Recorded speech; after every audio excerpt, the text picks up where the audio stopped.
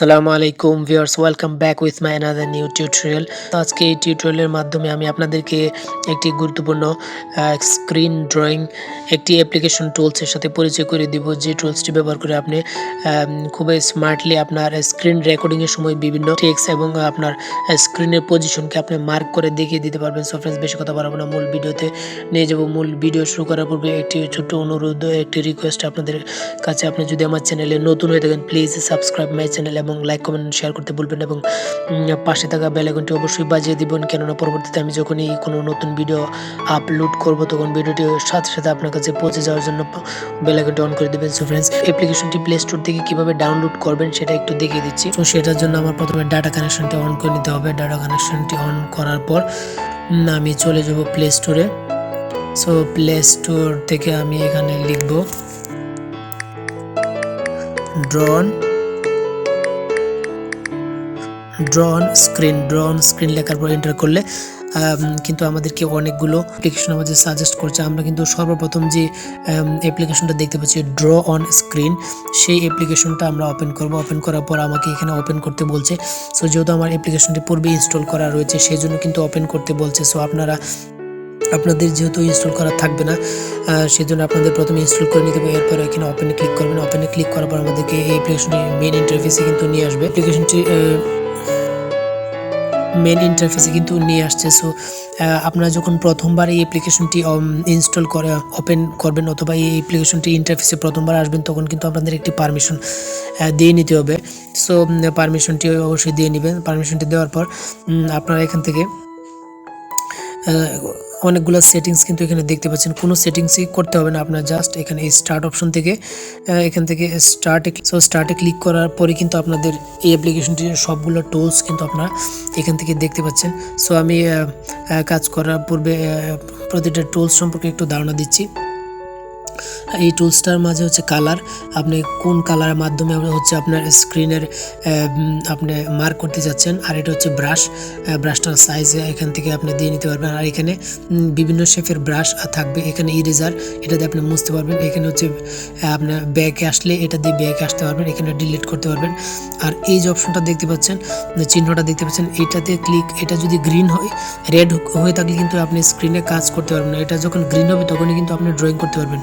আর এই আই চিহ্নটা যদি রেড হয়ে থাকে তখন কিন্তু আপনি এখানে কোনো কাজ করতে পারবেন। এটা অবশ্যই যেরকম গ্রিন আছে এরকম গ্রিন রাখতে হবে। আর সবশেষে দেখা যাচ্ছে সেটিংসটা তো আমরা প্রথমে আলোচনা করেছি। সো ফ্রেন্ডস, আমরা এক এক করে সবগুলোর ব্যবহার আমরা একটু দেখাবো। সো প্রথমে আমি কালার কম্বিনেশনটা করে নিই।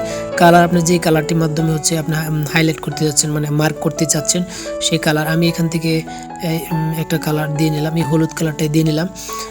এরপর নাম্বার 2তে যে ব্রাশে ক্লিক করে এখান থেকে সাইজ করে নেব। ব্রাশের সাইজ কত বড় হবে আমি এতটুকু রেখে ওপেনে ক্লিক করলাম।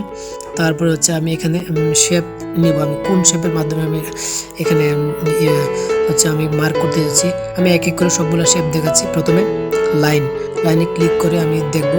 সো লাইনে ক্লিক করার পর কিন্তু আমার সর্বপ্রথমে আমার এই যে এখান থেকে এই যে চিহ্নটা রয়েছে সেটাতে গ্রিন করে দিতে হবে। ওকে, এই গ্রিন করার পরে কিন্তু আমি এখানে লিখলে কাজ করবে। সো দেখতে পাচ্ছেন আমরা প্রথম শেপটা কিন্তু লাইন নিয়েছিলাম। সো এখানে যখন আমি কোনো আমার লাইনের মার্ক করা লাগবে কোনো টেক্সটের নিচে, তখন কিন্তু আমি এবার লাইন হিসেবে মার্ক করতে পারবো। সো এখন ডিলিট করে দিলাম। ডিলিট করার পর আমি পরবর্তী একটা শেপ নেব, সেটা হচ্ছে সার্কেল নেওয়ার পর সার্কেলটা কীরকম হয়, এরকম গোল হবে। যখন কোনো একটা বৃত্ত কোনো কিছু দেখাতে প্রয়োজন হবে তখন কিন্তু আপনি এভাবে সার্কেল করে করে আপনি কিন্তু দেখাতে পারবেন। সো পরবর্তী আরেকটি শেপ আমরা দেখাবো, সেটা হচ্ছে রেক্টেঙ্গল। সো রেক্টেঙ্গল শেপটা হচ্ছে চার কোনা বিশিষ্ট, যেমন এই যে অ্যাপ্লিকেশনটা এভাবে যদি আপনি কোনো কিছু দেখাতে চান এরকম করে, তখন কিন্তু আপনি এই শেপটা ইউজ করতে পারবেন। সো এখান থেকে তারপরে হচ্ছে আমরা যেটা দেখাবো, লাস্ট কিউবিক বেজার নামে একটি রয়েছে। সেটা হচ্ছে এটা জাস্ট একটা বক্র রেখার মতো, কিন্তু এই যে এরকম যখন কোনো শেপ আপনার দরকার হবে কোনো কিছু লিঙ্ক করার ক্ষেত্রে, দুইটা জিনিসের মাঝে সম্পর্ক বোঝানোর জন্য, তখন কিন্তু আপনি এইভাবে একটি বক্র শেপ কিন্তু আপনি ইউজ করে সেটা বোঝাতে পারেন। সো এই যে আমি এখানে একটা শেপ আমি এঁকেছি, সো এটা ডিলিট করার জন্য অবশ্যই যে এখান থেকে ডিলিট যে এটা রয়েছে সেটাতে ক্লিক করলে কিন্তু সব মুছে গিয়েছে। সো ফ্রেন্ডস, দেখতে পাচ্ছেন। আর এইভাবে কিন্তু আপনারা সবগুলা কাজ করবেন। আরেকটি কথা হচ্ছে এখানে বলতে চাচ্ছি, সেটি হচ্ছে আপনি এখান থেকে যেই যে টুলসটা আপনি এখান থেকে ব্যবহার করতে চাচ্ছেন, ওকে, এখানে কিন্তু অনেকগুলো টুলস রয়েছে না, সবগুলো টুলস যেটা ব্যবহার করতে চাচ্ছেন সেই টুলসটার মাঝে কিন্তু এখানে এই যে এরকম গ্রিন থাকতে হবে। ওকে, যেমন এই যে আই চিহ্নটা, এটা এখন গ্রিন রয়েছে, এটা যদি আমি এখান থেকে গ্রিনটা উঠিয়ে দিই তখন কিন্তু আমার এখানে কোনো কাজ হবে না। যদি আবার এই আই চিহ্নটাতে আমি গ্রিন করে দিই তখন কিন্তু আমি চাইলে এখান থেকে এই যে এখন কিন্তু আমি মার্ক করতে পারছি। সো দেখতে পাচ্ছেন আপনি যখনই কোনো এখান থেকে যে টুলসটা নেবেন সেটা অবশ্যই এখানে ক্লিক করে গ্রিন করে নেবেন। ওকে, সো ফ্রেন্ডস, আপনারা যখন সবগুলো টুলসের ব্যবহার এভাবে করবেন তখন এটা পারফেক্টলি আপনার বোঝা আসবে। সো ফ্রেন্ডস, আমি তাও একটু ডিটেলসে আপনাদেরকে এক্সপ্লেন করেছি। সো আপনার যখন অ্যাপ্লিকেশনটি ব্যবহার করা শেষ হবে তখন আপনার কিন্তু এই যে এখান থেকে আপনার যে এখানে অ্যারো চিহ্নটা যদি আপনি ক্লিক করেন, এই যে অ্যারো চিহ্নটা যে ক্লিক করেন সবটা ক্লোজ হয়ে যাবে। ওকে, সর্বশেষে যখন আপনার এই মার্কিং করা আপনার শেষ হয়ে যাবে, যখন এই অ্যাপ্লিকেশনটা আপনার এখানে এভাবে পপ আপ আপনি রাখতে চাচ্ছেন না, ওকে, এটা যখন আপনি রাখতে চাচ্ছেন না আর তখন আপনি এটাতে ক্লিক করে সেটিংসে ক্লিক করবেন। সেটিংসে ক্লিক করলে আপনাকে কিন্তু এই যে এখানে নিয়ে আসবে,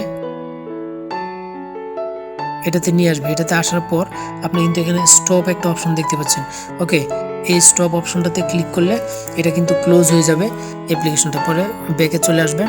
ব্যাকে চলে আসলে দেখেন স্ক্রিনের কোথাও কিন্তু এই পপ আপটা আপনি দেখতে পাচ্ছেন, এটা কিন্তু চলে গিয়েছে।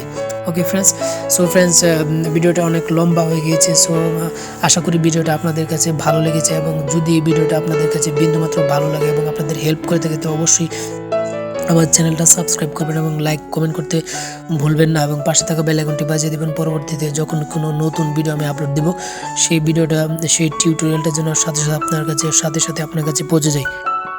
সো ফ্রেন্ডস, ভালো থাকেন, অন্য কোনো এক সময় নতুন ভিডিও নিয়ে হাজির হব। সে পর্যন্ত ভালো থাকেন। আসসালামু আলাইকুম।